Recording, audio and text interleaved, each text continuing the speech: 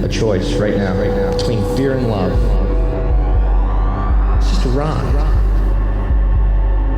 Out of the dark night of ignorance and into the shining light of truth.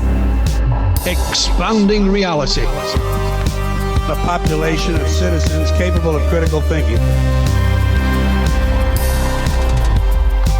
We don't see things as they are, we see them as we are.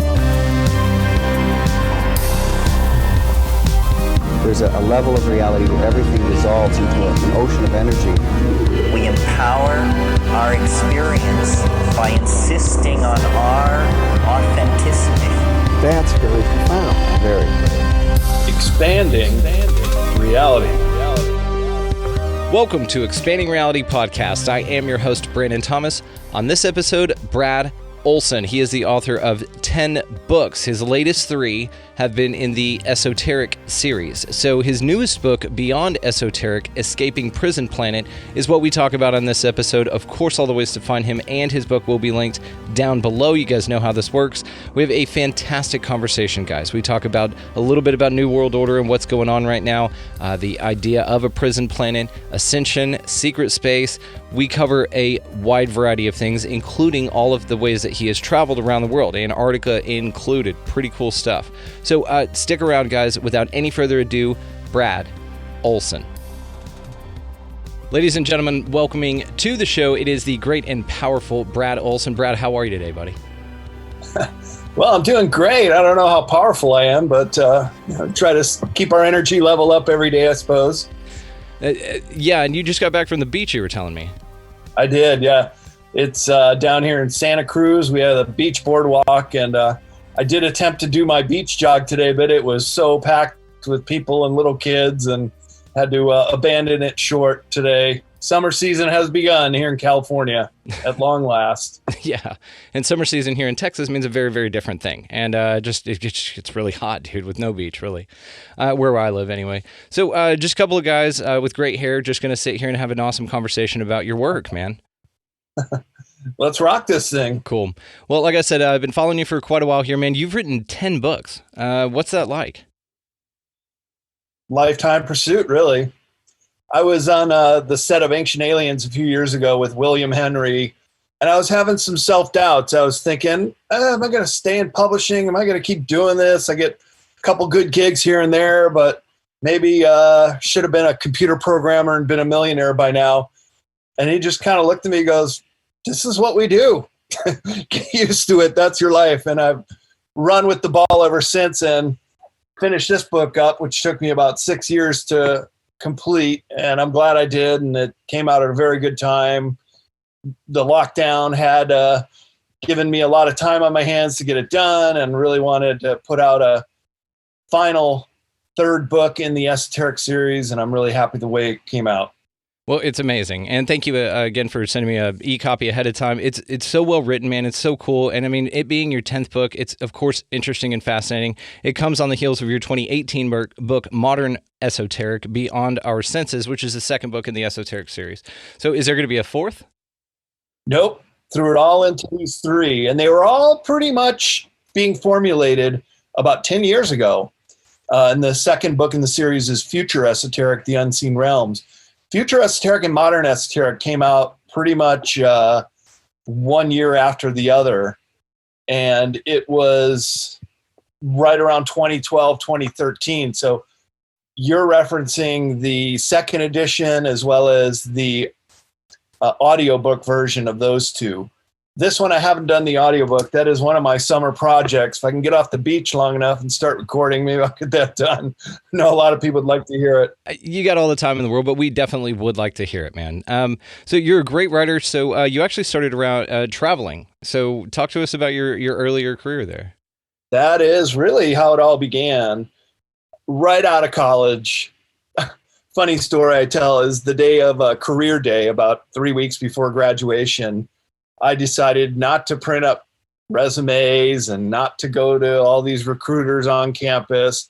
And I'm playing hacky sack and frisbee on the quad, and all my colleagues are, why aren't you going to career days? I'm not ready to just tie it up and get a job and spend the rest of my life here in Illinois, where I grew up. And I said, I'm going to Europe this summer. I'm backpacking around, a self-financed trip. I used to paint houses in college and right out of college, self-financed all my trips. And it changed my life, Brandon. It was just the greatest experience ever. And while I was traveling, I'd meet Australians and Kiwis, and they say, 3 months, mate. We've been on the road for 3 years. So how do you do that? They said, well, we work our way around the world. That's all you got to do. Well, I took that to heart. And then a couple years after that Europe trip, I had the opportunity to go to Japan to teach English, where I did for 14 months. And that's when I started working on my very first book, World Stompers. And here's a collection of some of my other ones in the Sacred Places Around the World series. And these are the other two in the Esoteric series. So 3 series of books I've done, including one called Extreme Adventures for another publisher back in the 90s. And this is what I do. Travel was a big topic in the 90s. And then around the time of the advent to the internet 20 years ago, when it really started taking off, travel books started to drop in relevance, because if you could look up a place on the internet for free, it's really hard to sell books with the cost of free. So I kind of had this existential crisis. How am I going to stay in publishing? What do I want to do? What do I find interesting? And I have been publishing other authors all the while, including Lon Milo Duquette, who did one called The Key to Solomon's Key, and then several by Leo Lion-Zagami. And I just thought to myself, this is what really interests me. All of the subjects in the world that are unexplained, and you can't get to the bottom of it, at least not through media or our government or the academic system. And I just realized there's so many interesting subjects that could occupy the first and second book of the Esoteric series, including in future Esoteric. I get into all the UFO, ET related material, the secret state, which is very much an esoteric subject. It's just known by a few. The fact that just recently it went on 60 Minutes and became more widely known, it is now, so the nature of the word actually changes to exoteric. And I wouldn't say that belief in UFOs and extraterrestrials coming to Earth has quite gone to exoteric level where everybody believes it, but it's going mainstream. And so for a lot of my colleagues in this field, I speak at conferences and talk to a lot of other people who write books on this subject. Everybody is vindicated now. It has really, expanding reality, come into our own consciousness as this is what our reality is. Yeah, we've expanded that far, Brandon. So you're way ahead of the curve too. Oh no, I'm right in the sweet spot of the curve, man. I just found that niche, and that's what this show is all about, man. It's just discussing ideas. We don't, tell anybody they're full of shit or whatever. It's not up to me to kind of determine if somebody's story is true or not. Let's just talk about the ideas. I find that that's a much more conducive way to share and be emphatic about the information that's esoteric, that's not known, that's hidden, and even just discussing like thought experiments and ideas. I just did a show with David Weiss about flat Earth, and it was fascinating, man. It's compelling.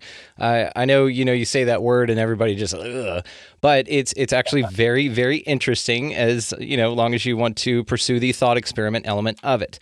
So, and that's it. So, yeah, it's interesting. He does a hell of a job, a hell of a presentation. I highly recommend it if you just want to kick back and just be entertained. It's really interesting. So, what do you think then, a side rail to the point that you just made, so what do you think is going on with the disclosure movement right now, with the Pentagon, of course, coming out, with Luis Elizondo, with all of these people coming out and saying, okay, well, UFOs are real, and Pentagon releasing video and stuff. What's your take on this whole deal? It's been a drip of disclosure for many years now, really ever since they found a little meteorite that was said to come from Mars. Do you remember that about 20 years ago down in Antarctica? And they found the first microbial life from another planet.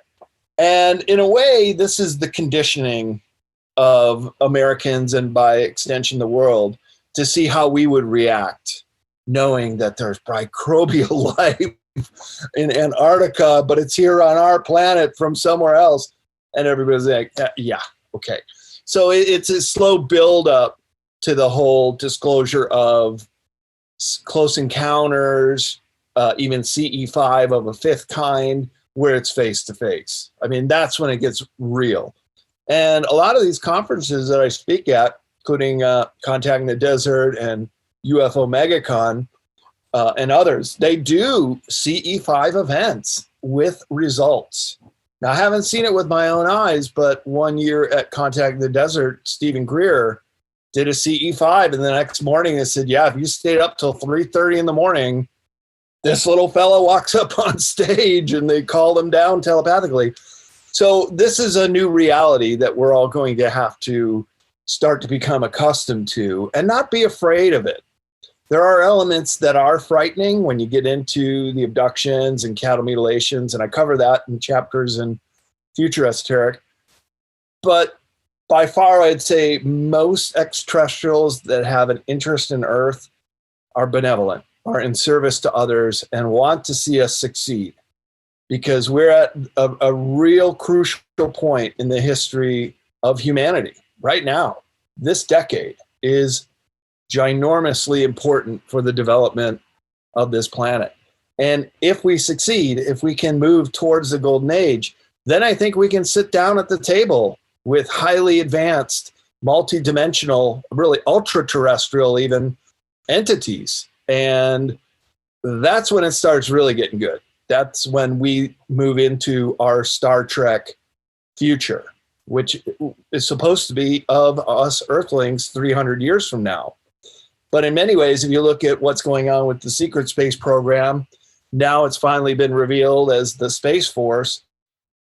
We've had our Star Trek future robbed from us because they have been hoarding so much technology, and it is so far advanced, many hundreds of years advanced already, that our Star Trek future is actually happening right now in some of these programs where these super soldiers come out doing the 20 and back, but a lot of times having their memory swiped. And I speak at conferences with a lot of these guys, all the top ones in the field.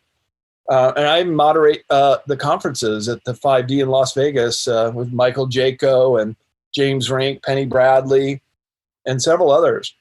I completely believe that they have come out of these programs. And it's not just the U.S. Penny Bradley came out of the Wachtnafen, the German secret space program. So coupled together with a lot of these civilizations like the Germans pre and post World War II were hugely, highly technologically advanced. So much so that we gained a lot from their scientists coming over here through Project Paperclip. Yeah, and so that's the state of disclosure. It is a drip, drip, drip, but it's turning into a steady flow. And pretty soon that crack is going to form in the giant dam, and as you're, that is going to be so in your face, and all these things that may seem like foreign topics that we're talking about now, it's going to be a foregone conclusion. So yeah, of course. And I think it's We've interesting known it for decades, just nobody believed it, or nobody really glommed onto this subject. Yes, yeah, I can empathize with that completely. And I think it is interesting, though, back to the drip, drip, drip of information. It's kind of like the predictive programming, that everybody talks about in movies and film about how they, show a gray or there's a consistent entity type of a range, and then they'll start peppering the idea that these things are out there, starting with like War of the Worlds back in the 50s. I mean, it's like these kind of concepts have been around and kind of maybe inching your consciousness, the global consciousness of humanity to say, hey, it's possible that this stuff's out here. So when you see it or when we finally tell you what's going on decades from now, don't freak out, and generations have been exposed to these kinds of ideas.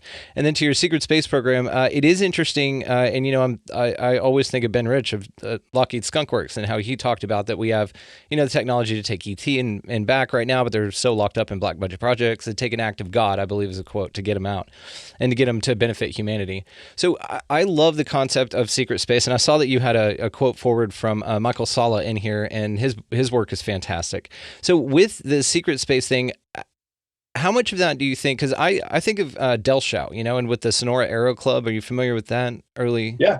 I love that concept, the man. foothills of California, right? Yes. in the late 1890s, around then. So a long time ago, Sonora. Yeah. And they would have these incredible airships land, human being pilots get out, mess with something, and then zoom off, crazy speeds and stuff that far back. And they say, that plus the Nazis were kind of the progenitors of the secret space program. So with that also, with secret space, what's interesting about that is I didn't know that the Space Force was, the correlation between secret space programs. So now it's just an open thing. It's just Well, we haven't really seen the big toys yet. They haven't done show and tell. Fleet Week we do here in the Bay Area, California, and Chicago. We called it the Air and Water Show. And when we see the TR-3B triangular craft go flying over, then maybe we'll start seeing the real toys. I remember seeing about 20 years ago when the Stealth Bomber came over. And it flew out of Tracy Air Force Base in California. And we saw it way off in the distance coming over the East Bay Hills. It was flat as a piece of paper with just a little hump for the pilot. And then it just banked right over the Golden Gate Bridge where we were. And we saw the full side of it. Oh, man. First thing that came into my mind is that's some backward engineered alien technology right there. So they have it. They've slowly been rolling it out. In that Stealth Bomber, they have a coating on the shell of the craft which evades radar, and that is one of the metals and elements that were derived from some of the retrieved spacecraft, including starting with what we know as the Roswell Crash, really the most famous one. But there were crash retrievals before then. And you're mentioning the Aero Club here in California, and there's two schools of thought. One, that they're dirigibles and they're just really amazing inventors, and they came here for probably the favorable flying conditions, or that they were some kind of exotic craft that could have even been time-traveling craft, or somehow backward engineered and then flown around where people saw them, 130 years ago. So when the history is really known, it's going to go back further, as you mentioned, to the 19th century and probably even earlier. And I honestly love the concept of that aliens or entities or UFOs are future humans coming back in time machines. Of course, Dr. Michael P. Masters, I've had him on the show. And so instead of extraterrestrials, because they're time travelers, he calls them extratempestrials, which I thought was awesome. That's just that'd be a great name for a band anyway, you know what I mean? Let alone a whole classification of future humans coming back in these damn things. So yes, and I love the idea. And like I said, your work, in my mind, man, you do touch on some of the heavy stuff, the heavy, like, psychological stuff, right? But for the most part, man, you are one of my favorite authors simply because you talk about the fun stuff of it, the possibilities, the whimsy, the secret space stuff, the ancient antediluvian civilizations. These are the things that I absolutely love, man. You're one of my favorite guys because I consider you in kind of a class of person that does this kind of work where you're so broad, in your research, but also you have just a style about you, man, to where you tie it all together and it's all awesome. Like, it's fun. It's like Don Von Daniken style, you know what I mean? But and it's really, really cool. So again, honored to be speaking with you, sir. So now that I've nerded out on you a little bit, so let's talk about the New World Order a little bit. Let's get heavy. All right. So what do you think the New World Order is? And what do you think the plan is? I mean, you bring this up in your book, but I want to know your answer to that. Yeah, it's a very complicated answer when you get into all the machinations of what it is. But it's the concept of creating this globalist world order where a very small elite is pretty much in control of all the important institutions, from government. They already own the media, so that's a lock, stock, and loaded, to judges, to governmental systems. The United Nations was put in place as the one world government legislative body. So a lot of these things are already in play. This is what's really interesting. When I wrote the foreword to Leo Zagami's first book with CCC Publishing called The Last Pope, one of the places he features at the end of the book is this city called Astana in Kazakhstan. And CNN called it the weirdest city in the world. And as I looked into it, and he's got some pictures in the back of the book, they got giant pyramids, obelisks, these big square. This is going to be the center of the one world religion. Now we already see the rollout of the Federal Reserve suggesting we're going to have a cryptocurrency through our Federal Reserve System. And taken together, all of these institutions then become this new world order. Now, when you look deeper into who the players are and what their motives are, it starts to get pretty dark and sinister. We can start with the Georgia Guidestones, which are a couple of megalithic slabs with these inscriptions on them, not really commandments, but 10 ways that we can handle the world in a much more sustainable way. And the first one starts out by saying, maintain the world population to 500 million people. Okay, so that's 500 million. But what does that make the rest of us? Here is the Georgia Guidestones, full-page illustration with some text describing these tenements. So a drastic reduction in the world population, the adoption of a new world language. It's funny that the words they use on the Georgia Guidestones are often very reminiscent of a new world order, and the creation of a world court, a vague allusion to eugenics through the 500 million mark. In other words, a blueprint for the new world order. So if people want to just do their own little research, it's super easy to look up the Georgia Guidestones, and you'll see what they want to do. And there was a funny meme that said, well, it's not like the New World Order is declaring their eugenics program in stone, and then it shows the Georgia Guidestones. Well, actually, they are. So they do have to. There's this thing about free will and all of us making our own choices. You notice how the Franken jab is voluntary? Yes. There's a reason for that. Because we have our own free will. So we have choices that we can make. Now, if they announce, this is what we're going to do, and this is how we're going to do it, and here you go, now we're doing it, and we go along with it, well, by our free will, we have accepted that. See, that's why it's very, very important, I believe, to understand exactly their mode of operation here, because you have to agree to it in order to be a part of it.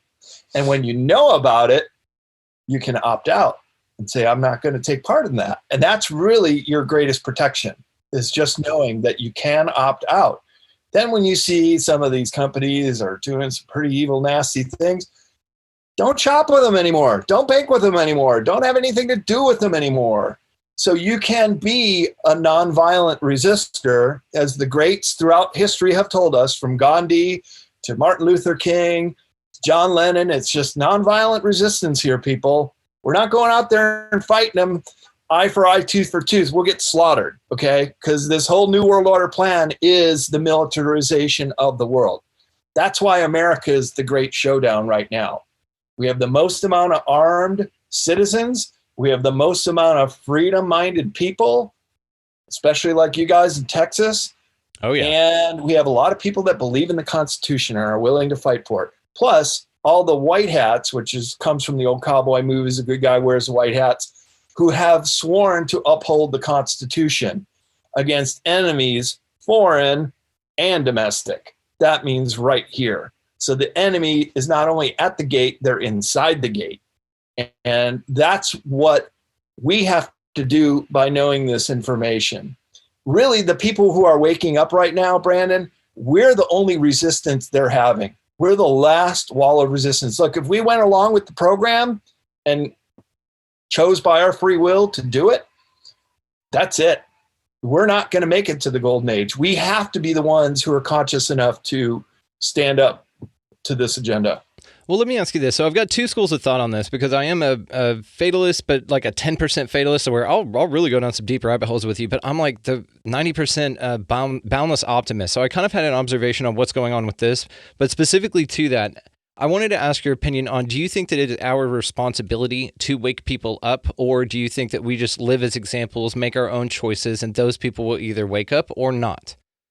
Yeah, great question. for over a decade, since I first got on Facebook in about '07, it's all I've been about. Wake people up, going into long debates, never swearing, never calling people names, never judging anybody, just saying, here's the evidence, here's where it is. Can't tell you how many names I was called, including conspiracy theorists, and so many of those, which was a CIA creation, by the way. Anybody who ever uses that term is just still being played in this whole masquerade of don't look at the important stuff. Here, study sports stats and Real Housewives of whatever. Up to. Yep. Yeah, the total mental popcorn just to get your mind off what really matters. Mental popcorn, I like that. And so it was just a matter of getting to the point where I started getting censored. And that's when I said, I did the best I could. I did the best I could to wake people up on that format, which is owned by someone else. Now, for me, doing books and being my publisher and having a great distributor that goes along with my works, this can't be deleted. Oh, you can't be thrown on a burn pile. Yeah, I was thinking some kind of what we're seeing today in the digital shit. world. Yeah, with so many people's YouTube channels going up in the. That's the equivalent of book burning, right? Yeah, it is. Yeah. It totally is. So in a way, I'm protected to disseminate information in this way, but not so much on the social media side. Yeah, like in Oblivion, you'll end up in a bookshelf in Tom Cruise's little cabin off to the side. That was an underrated movie, by the way, personally, if I may speak freely, sir. So let me tell you about kind of the two scenarios that I've been entertaining the thought experiment of on what is exactly going on right now with the thing that we can't say out loud or they'll censor this, which is still stupid. It's not even a vaccine to begin with, but don't get me started. So the way that I kind of so let's get the fatalist part out of the way, and then maybe an optimist, a stupidly optimistic point of view out of here, and I'll ask you to tell me what you think on this. So let's say that they are doing this eugenics, New World Order, 500,000 or 500 million genocidal sweep down eugenics wet dream. Okay. And this is what that is. Okay. And then I've heard, the theory that all the people right now that are getting vaccinated, of course, those are the people who go in voluntarily. They're the sheeple, as they're affectionately referred to as. So those are the people that are go along, get along. There's plenty of information out there that, you and I and people with their eyes open can find that are contrary to the beliefs, and it even cause so much confusion that it's so blatantly obvious what's going on, right? So let's say that it is what it is and that they are being led to slaughter, and those are the people, something's wrong with the jab, and those are the people that die off, okay? And then those are the people that then are fine, and then a second virus gets released, and then we all die, but because they were actually vaccinated against the next thing that came out. That's scenario one. Scenario two is that there is a new world being created, but it's being under the guise of a nefarious organization, and it's actually a very positive, benevolent one that's trying to raise the consciousness of humanity right at about the time of ascension. And let's say that all the people in the new world, they don't want sheeple. They want free thinkers. They want commanding presences. They want leaders. They want people who can build back better in the real sense of the word, not the Klaus Schwab wet dream that he talks about. Let's just say that perhaps that's what this is, that the jab thing, the eugenics program, all of that, it's not for us. It's for the people who just go along to get along, that have arguably been bringing down society from us ascending to the next level. I like the way you're thinking. Absolutely necessary to take it from every single perspective. But as far as our bodies go, which are, to me, I've spent many years living in the East, in Japan for 14 months, and then another year traveling throughout Asia, and I've been back many times since. I know that the body is our temple, and it's like entering a temple. It's a sacred space, and what we do to it should also be thought of as that too. So in Beyond Esoteric, I have transhumanist agenda about brains of the future. It's a section called Ubermind. Yes. But towards the second to last chapter is called the Bioterrain. And I think this is one of the most misunderstood aspects of our body, is that we have an immune system and we have this terrain inside our gut that can often be the beginning where we get sick. It can affect our moods, can be things that get out of control, like candida and other afflictions that are mostly of this modern age. And it can basically heal us an illness. So I got vaxxed when I was in college, and I got some autoimmune disorders, some of which are still with me to this day. So I personally am allergic to the serum, and that's my stance. It's also my free will to understand that I have an immune system with a bioterrain that is able and capable of fighting off something, even laboratory made, like this CV strain. Oh, and by the way, I took chloroquine when I was in Southeast Asia, when I was down on the equator, and that was a anti malaria, right? Malaria drug. Yeah, I had no side effects. I didn't catch malaria, and it was fine. So I've now since gotten hydroxychloroquine. And if I were ever to get sick, which I haven't been sick in years, I just don't get sick because I take care of myself. There you go. I have an easy panacea to get over it, as well as some ivermectin. I feel like I'm ready. I'm fine. Even if another outbreak occurs, I know about my immune system. And this is why knowing these esoteric subjects not only can get you much healthier, wealthier, and wiser, but it might even save your life or prevent you from doing something you might regret later. So it all comes down to knowledge is power. If you know this stuff, it becomes your power. So an example I use is, let's say you wanted to be a black belt in karate. Yeah, you could put on a karate suit and wear a black belt and look in the mirror and be like, hey, I'm a black belt. We got to dress for the job you want, Brad. No, you're not.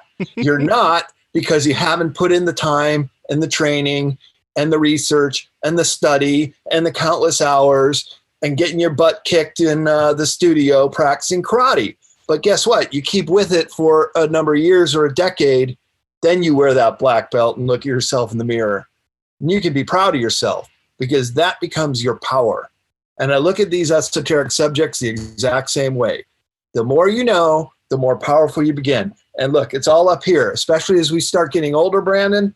It's all about wisdom.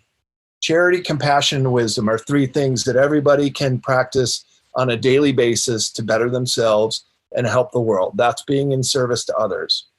And when you start doing that, good things start happening to you in return. It's an amazing thing. So stepping away from being selfish and the ego and what's in it for me to, I'm just going to freely give what I have, and that's the kind of person I am. And guess what? Things just start freely coming back without even being asked or expected. So these are the laws of karma. This is very much on the minds of everybody in the Eastern world, very much so in India and wherever Buddhism spread, which is all the way up to Japan and throughout China and all the Southeast Asian countries. Oh boy, everything is about the wheel of karma. And believe me, they live their lives that way. That's why animals walk the streets in India. You know, it's maddening to try to get through the traffic in New Delhi because there's a herd of cows there, but people believe we can't kill these animals. This is us. This is the cycle of life. We're all in this together, including the animals. And in a way, it's maddening if you're trying to get somewhere and missing your train. But in another way, it's like, wow, this is what real, true respect for animals is like. And of course, not all the animals are that happy, and they're eating garbage, and many are emancipated, starving, and not looking too good. But at least it's a sanctity of life. And I guess that's my point in all this, is the sanctity is also in your life, and knowing who you are and what you're all about, and making yourself as wise as the serpent and as strong as the ox, really. And as dope as the Olsen, man. I like it. Is that a new one? I never heard that. I just made one. that up. Yeah. For you. You know what? I have a question about karma then, because you've been all over the world, man. And you've gotten a lot of different perspectives on this. my impression of karma, if we follow the model that there's only two things in life, right? Love and fear. And those are the two things that you operate out of. I'm not a fan of the idea or concept of karma in a practical application with those being the two choices that you have. And here's why. So I think that karma is based in fear 100%, even on both perspectives. You either do good to avoid bad, or you only do good to get good in return. Both of them are fear. The fear out of not getting good because you're doing bad, or the fear of not getting good because you're not doing good. Does that make sense? So from my perspective, that's just kind of an observation that I've made, that I'm not a fan of the concept of karma. I think it can be viewed as just kind of a good moral guideline or a standard that needed to be articulated in a time to where maybe the control structure just wasn't there like it was in Western religions with the fear of hell and damnation. I tend to look at it like that. Again, I'm just curious about your perspective. Well, I like that. I'd never heard that it came down to those two words, but that does make sense. To be in the state of love is a state of gratitude. That's giving. That's being in service to all. Being in fear or anger mode is very low emotion. It's very much a service to self kind of mentality. I'm mad at the world. I want to get what's mine. I'll take it if I have to. And that's not going to serve anyone, not even the person who thinks that will serve them. It won't in the long run. It just won't. So the sooner you understand it, the better you're going to be. And I believe the real philosopher's stone here, the real essence of all this, is also when you start to understand that you're a spirit that is in this human body. I love the bumper sticker. You're not a human having a spiritual experience. You're the spirit having this human experience. And in this particular experience, boy, it is hard, three-dimensional, in your face duality. Everywhere you go, there's homeless people right outside my door kind of thing.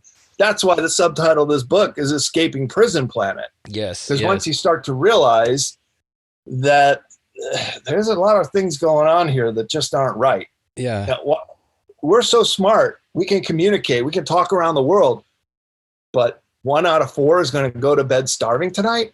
How is that even possible? Well, that's what Neil Donald Walsh talked about in his Conversations with God books. He said we're a primitive society, not technologically. How a non-primitive society or an enlightened society is defined is by sharing their technology with all of its citizens, not a select few. That's what makes us primitive. It's not our ability to be technologically advanced. And, some people have AC. I'm in Texas. I like AC, air central air, but some people don't. And that's why we're a primitive society. Just like you said, I completely empathize, man. And we're only as advanced as the lowest common denominator. So the human race is only as good as that starving child in Ethiopia tonight. Really, set the bar that high, because that's how high we've allowed all the people to become. So until we resolve that, I don't care if we're out in space already and living off planet, breakaway civilization. But that's what makes this human experience so darn interesting, Brandon. We do have people right now, above ground media would agree, up in the International Space Station. Okay, so just go with that as one parameter. Humans in outer space, it's already happening right now.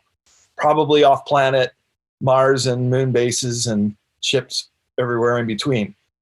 At the same time, there are also uncontacted tribes of human beings, just like the human beings in outer space, human beings in Papua New Guinea in the upper highlands or deep in the Amazon jungle. We're all human beings. See, that's the thing.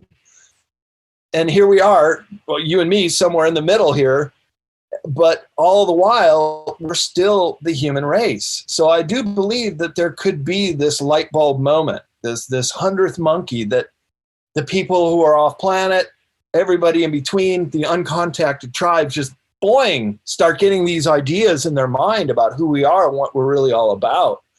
This 100th monkey, which was a anthropological test that occurred in Japan about 50 years ago, where the monkeys were observed first eating raw roots that weren't too tasty in mud and sand, and then one juvenile took it down to the creek. Instead of being tempted to eat it right away, washed it first and then ate it. Said, wow, that's way better. Kept doing it. The other people, the tribe, saw it in the monkeys, and then they all started doing it, right? But the really amazing thing was there were other islands where it was observed, and then those monkeys immediately started doing it themselves. So there's a kind of collective consciousness that pervades through all animal species among their own kind. And I do believe that's true with the human race as well. So if this were to happen, we would see the greatest explosion of consciousness on a global basis and even off planet.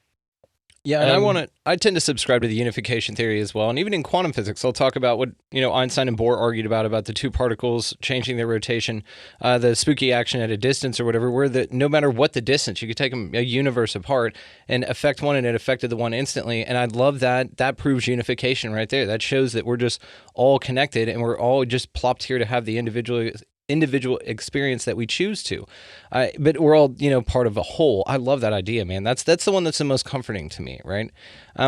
So what do you think it's all about? Like, what do you think this whole damn thing is? Well, I could say we're really could go back to karma, that it's on a personal basis, that we have either voluntarily come to be a part of this great awakening, to play our little role in the greater cause of awakening this planet.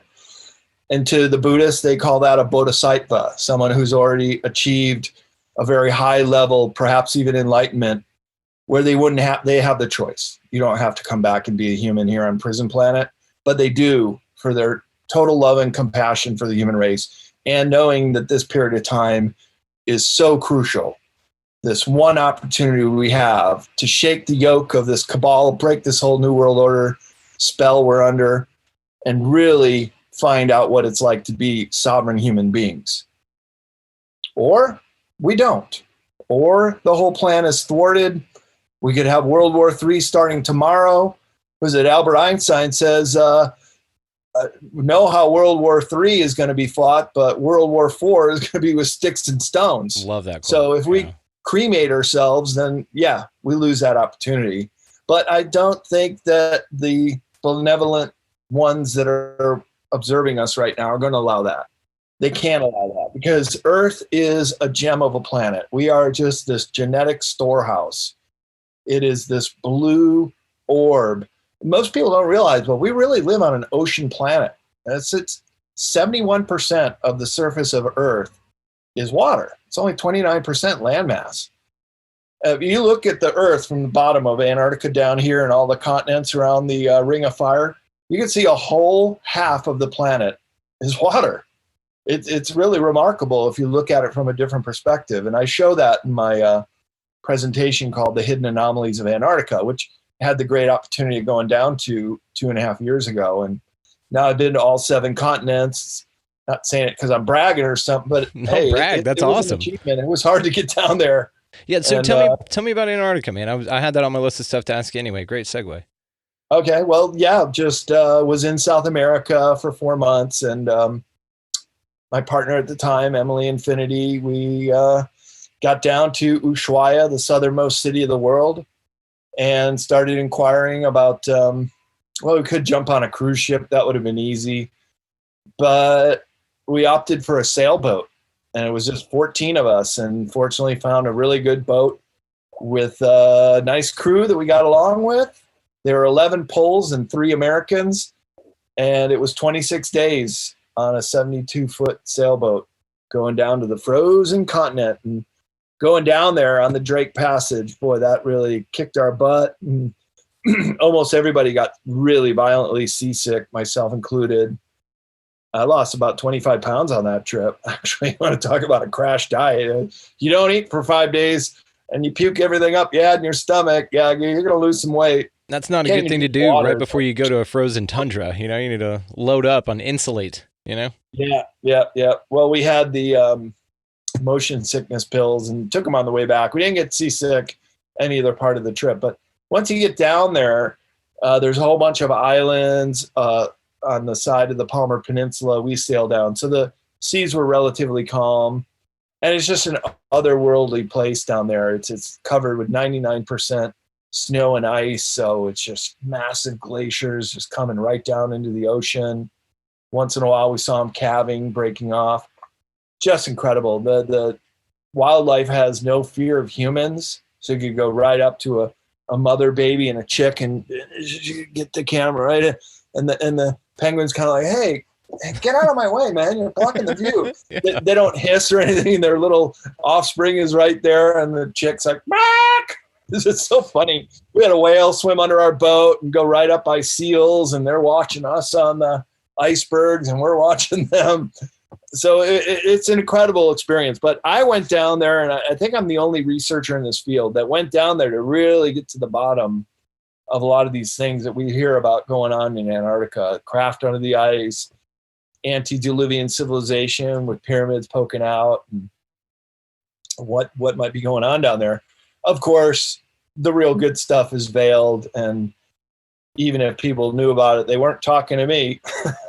But not for lack of trying. Every research station I went to, and it was 6 in total down there, and before we went, talking to sea captains and the yacht club, and that was an interesting night. New Year's Eve with ship captains that take crews down to Antarctica.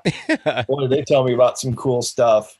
But nobody knew about the antediluvian or craft under the ice. Now, I've since come to find what I do believe is one of those 3 massive crafts. And supposedly there are 3 real big ones.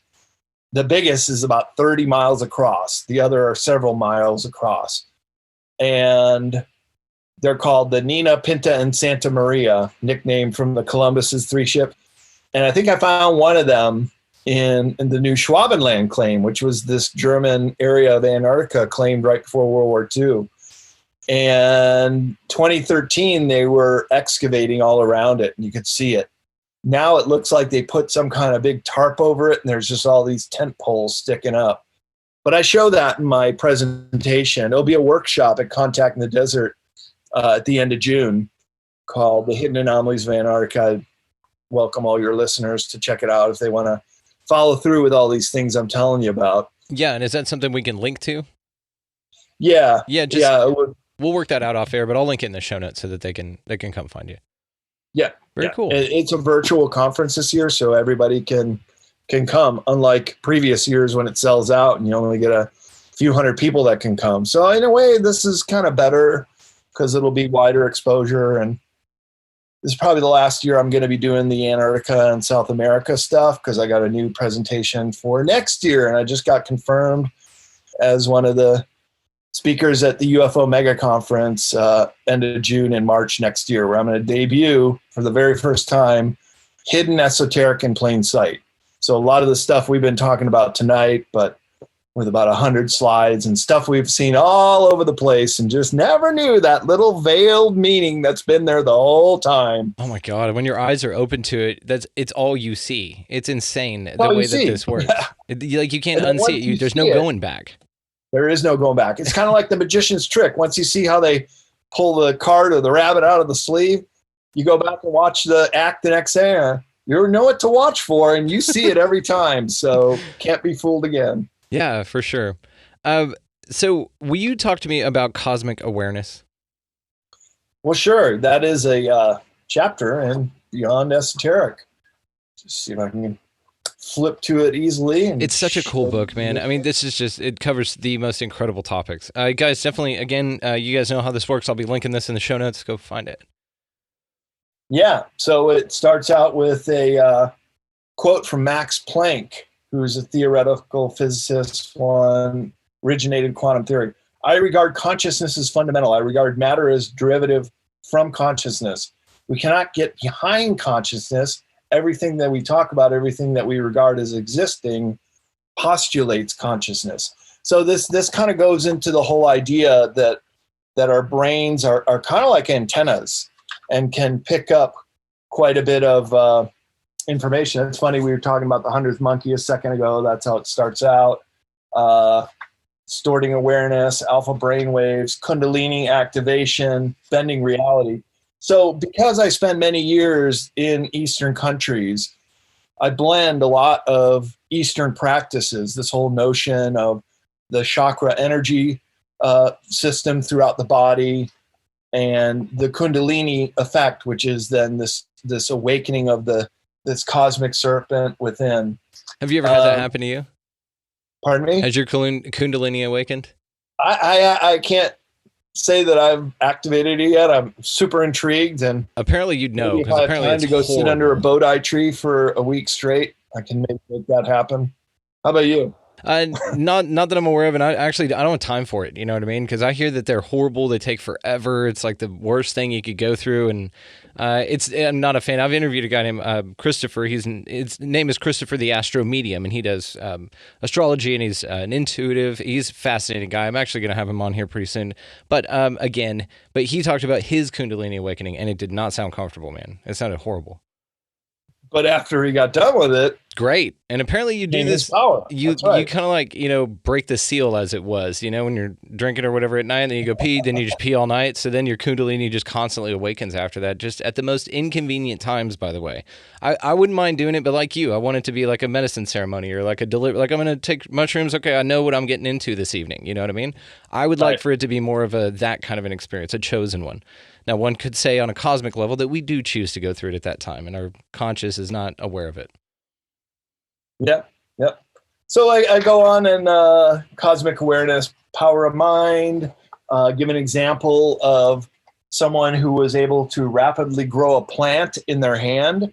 So a lot of this is the study of the power of the mind, which, as we know, every year is exponentially getting more information about how powerful we are if we choose to expand our consciousness, expanding our reality, right? Damn right.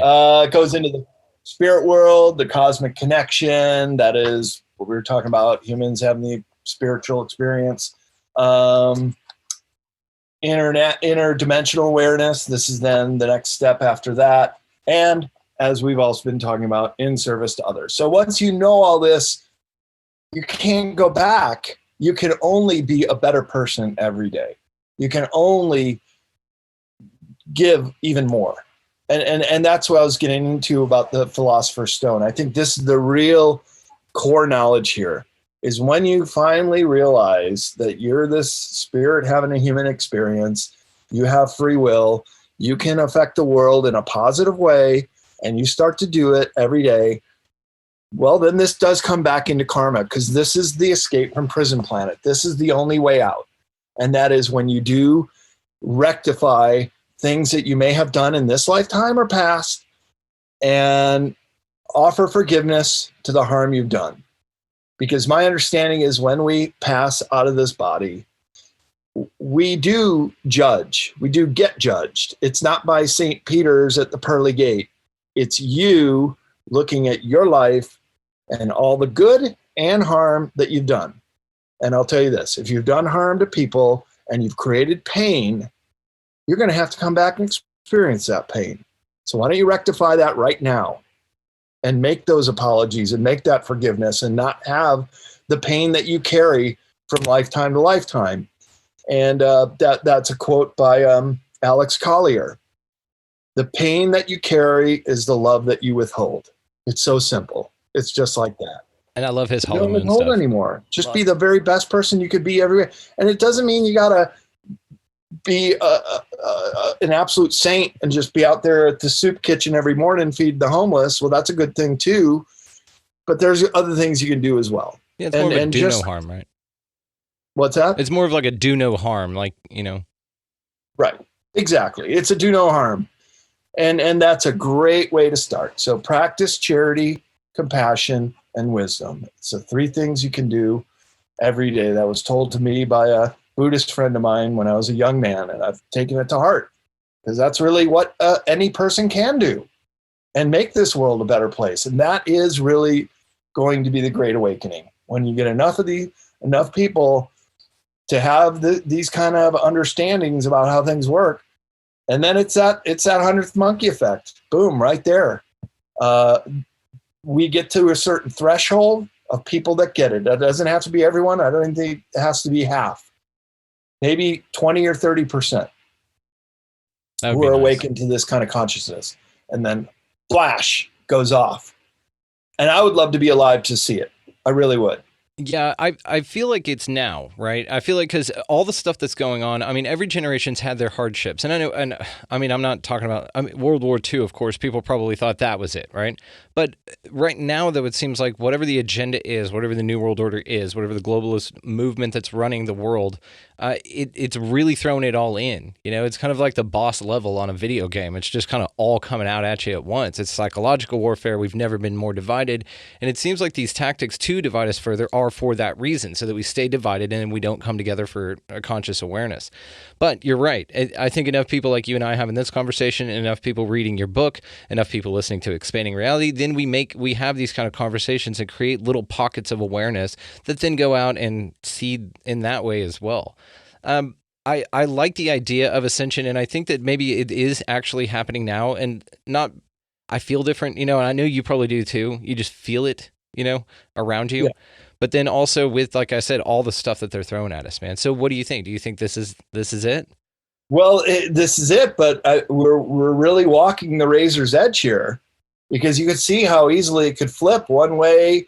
It could be this new world order hell where they're chemtrailing us even more so, and geoengineering our bodies, our mind, our planet, in our face with a police force, police state, military crackdown everywhere.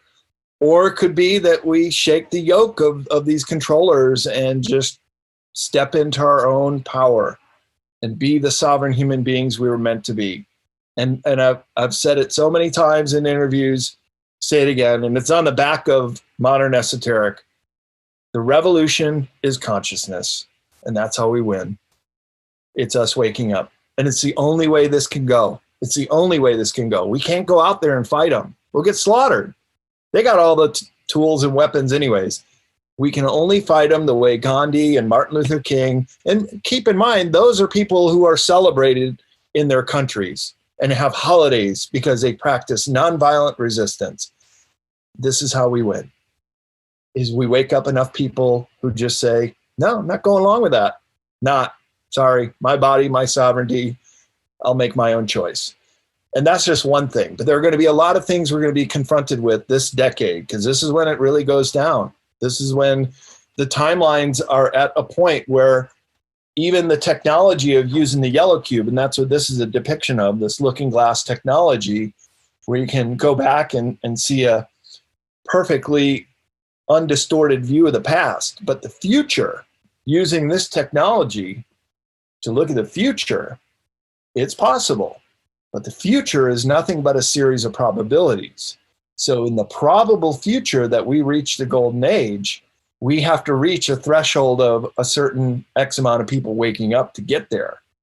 That's why the revolution is consciousness. That's why it's really up to all of us to make this happen. So anybody out there who feels helpless or in a desperate situation, or things aren't working out, whatever, with the job, with the family, with money, whatever, doesn't matter. It's all an illusion anyways, that we were propped up to believe that this is how you're going to be a successful person. What matters is that you are in with this expanded consciousness and going forward into a new reality. And this could also be how we do the jump into 5D. And I often thought, well, why not just go to 4D? Isn't that the natural progression? Well, the lower 4D, that's the demonic realm. That's you don't want to really be there too much. That's the world of ghosts, demons, some ultra terrestrials like reptilians. They lurk there in the 4D. You see, jump into 5D, that's the realm of love. Yeah, we want to shoot some ladders over that bad boy, right? We just jump it. Yeah, that's right. Jump the shark on that one. Like, roll them up. Yeah. Don't even stop at the nearest right. turn. Get gas before you go, guys. We're not stopping. That's right. You better pee now. And that would be akin to this great awakening. If it were to happen, the best result would be that humanity moves into this 5-dimensional reality. And it could be that a certain percentage who do get this, they move on, and the ones who are locked in fear and anger and these lower emotions stay locked in this dense 3rd-dimensional reality in your face. And we might see them on the streets, but there's us that are kind of up there in sort of a higher vibrational world, and those that are trapped in the lower. This is honestly how it. Why. This is honestly how it feels to me lately, man. It's not, I don't get affected by the negative crap, because I just don't choose. I don't vibrate at that frequency. And I have heard of the idea that it's just going to be like living on two planets, which is what it feels like now. Some people are living this existence and I'm no part of it. But I'm out in it. I'm interacting with it. I drive on the same streets as everybody else, but I don't have the fear. I'm not caught up in it. I've transcended the bullshit. As I have a shirt that my wife got me that says that. So it does though seem, I'm curious about the idea that you have to wake a bunch of people up for a certain number of people to shag ass or to move on or to ascend as a planet. I'm disheartened by that idea just simply because, again, it's a love and fear thing. And so when you go to wake people up, you can do it in two different ways. You can just be the example, like what you're doing and like what I'm doing. You can just be the example, have an open mind, have an open conversation about it, or you can be scared and frustrated. Because I think we all, like you said, you're trying to wake everybody up, right? You get in this frantic, just post and share this video, and I can't believe you can't see it for this. But I don't think that that's helpful I don't think that that's part of being in the 20%. There's a guy named Gordon White on the Higher Side Chats, and I mentioned this several times on the show. But he mentioned that your response to the crisis is part of the crisis, right? So they plan on people freaking the fuck out and going, oh my God, I got to wake everybody up. But that's also a fear-based state of existence. But if you just tend your garden, you have great conversations like what we're doing now, and that's a great way to wake everybody up. But that's the thing, right? You can't wake anybody up. You can provide the information, you can live as an example of what's possible, but ultimately it's up to them. This is why I'm disheartened by the concept of that, well, it's going to take a certain percentage, no matter how low that percentage, you're kind of still responsible for enlightening the consciousness of the planet. But I think that you and I just do it. It's not it's an effortless thing on our part. It's just part of our being, right? And let's not transfix on a certain number or a certain percentage. Let's just say people have to start seeing through the matrix, right? And once you do, it's the Pandora's box effects. Once it's open and it gets out, or you see what's in it, then there's no going back in, right?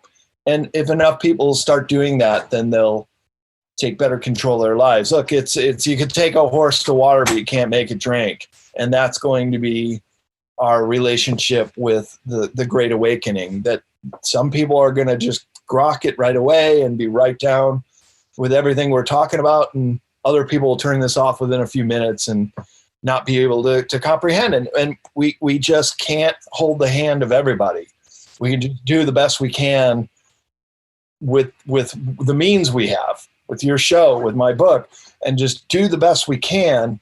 And hopefully that will have a greater effect as we move on. But when it's going to happen, I can't even guess, but I can tell you that this decade will be absolutely crucial, one way or the other. Whatever timeline this is going to be on, we're going to know in 10 years. All right. Well, you and we're going to watch the world end in 10 years. In some point in between there, we'll just spark up a fat doob, and we'll sit there and we'll talk about your book concepts, and then we'll just enjoy the final little bit there. So, my show is grateful to have found you and your book. I'm really grateful that we've connected. Because like I said, I've been following your work for quite a while, man. Like I said, you're right up there for me as far as researchers go, and as far as the way that you present the information is fantastic. So it's been a true honor, honestly, to connect with you. So there are a million questions that I could ask you, but I will do this. Let's say that maybe we cover one more thing and then wrap it, and then that'll give you a good excuse to come on again in the future.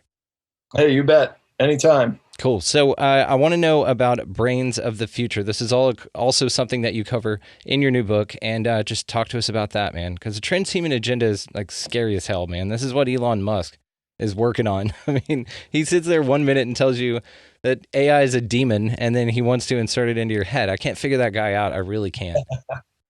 Yeah, Brains of the Future. So you really grokked onto this Ubermind section here. Dude, the Ubermind stuff, and I love the name of it, as well as it sounds like a really cool band name, first of all, and then all of the symbols that you have for the 3 sections in there, I want tattooed on me somewhere, because those are just really cool. I'll tell that to my designer. He'll be flattered. Please, especially your cosmic awareness, that symbol, that was incredible, dude. Yeah. That's a good one. There it is. Wow. Comes around, goes around. That's so cool. So just some of the highlights of this chapter: Hermeticism. Are brains even essential? You can even extract a brain sometimes and still get some action. This is what I find really interesting. Lucid dreaming, remote viewing, the power of the mind, these superhuman abilities, psychics versus remote viewers.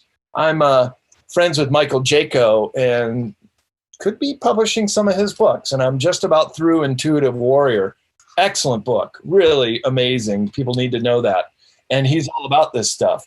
But also quantum, hologram, matrix, but also the reptilian brain, that we have a little bit of reptilian in us. Every single one of us does, right in the back of the brain itself.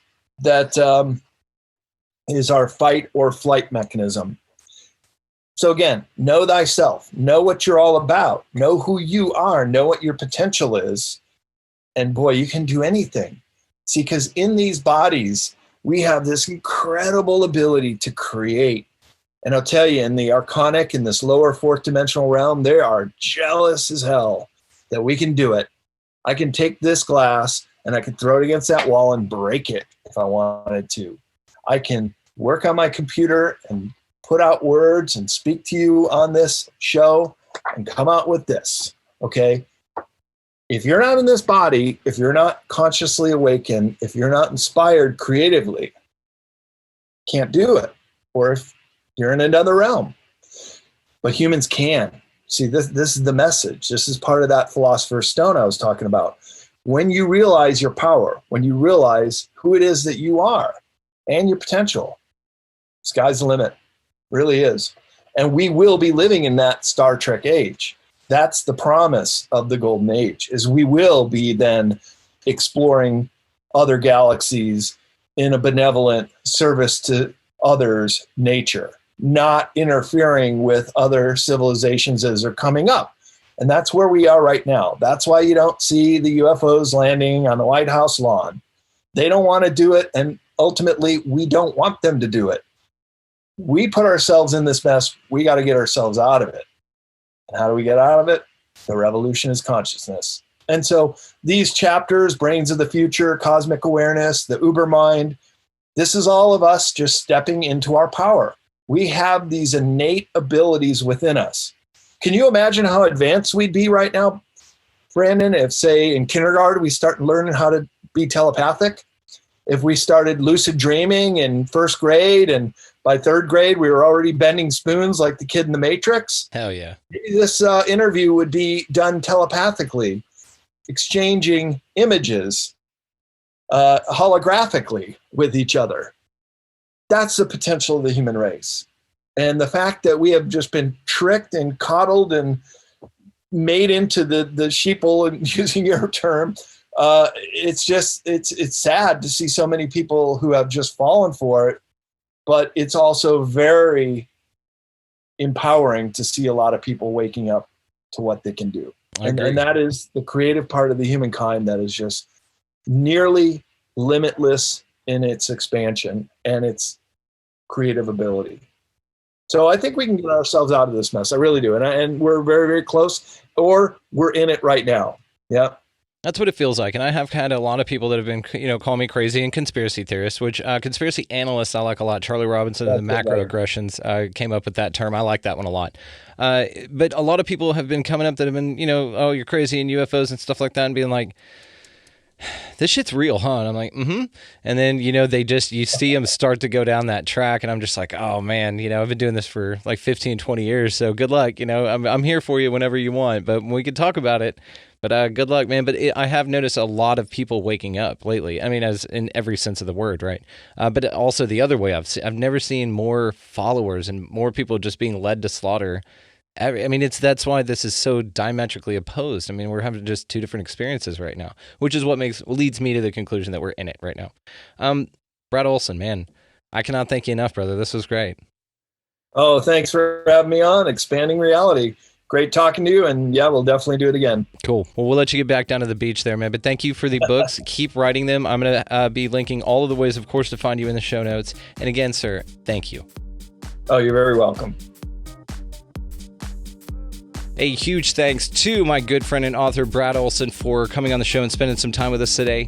His book, Beyond Esoteric, the third in his Esoteric series, will be linked below. Escaping Prison Planet. Pretty cool, man. The guy is a wealth of information and knowledge and wisdom from his travels across the world, and we look forward to having him back on the show. Any questions for him, of course, you can address at expandingrealitypodcast@gmail.com. I will make sure that he gets those, or ask him the next time that we are on if you want to delineate that in your subject title. So, as for this show, you can find us at expandingrealitypodcast.com. That is where the links to all of the socials will be, including the YouTube. You can click on that and go check out the YouTube videos of this stuff, guys. There's a whole video series going on here. So if you're an audio-only audience, we do appreciate you, but you're missing out on a little bit, and it's totally free. Just go check it out. So, go out into the world this week, guys, and just pick up a piece of litter. And just smile at a stranger, open a door for somebody, buy a coffee or a meal for the person in line behind you. A little bit, and it goes a long way. Another thing that you could do to go a long way is to get the hell out of that left-hand lane. Get on over. It's a pain in the ass, and you know that. Beyond that, guys, just check out Brad's books. Enjoy every breath that you take in every moment, which is a new way to recreate yourself in every moment, and just go out into the world and be good to one another. Thank y'all so much for listening. We'll see you next time.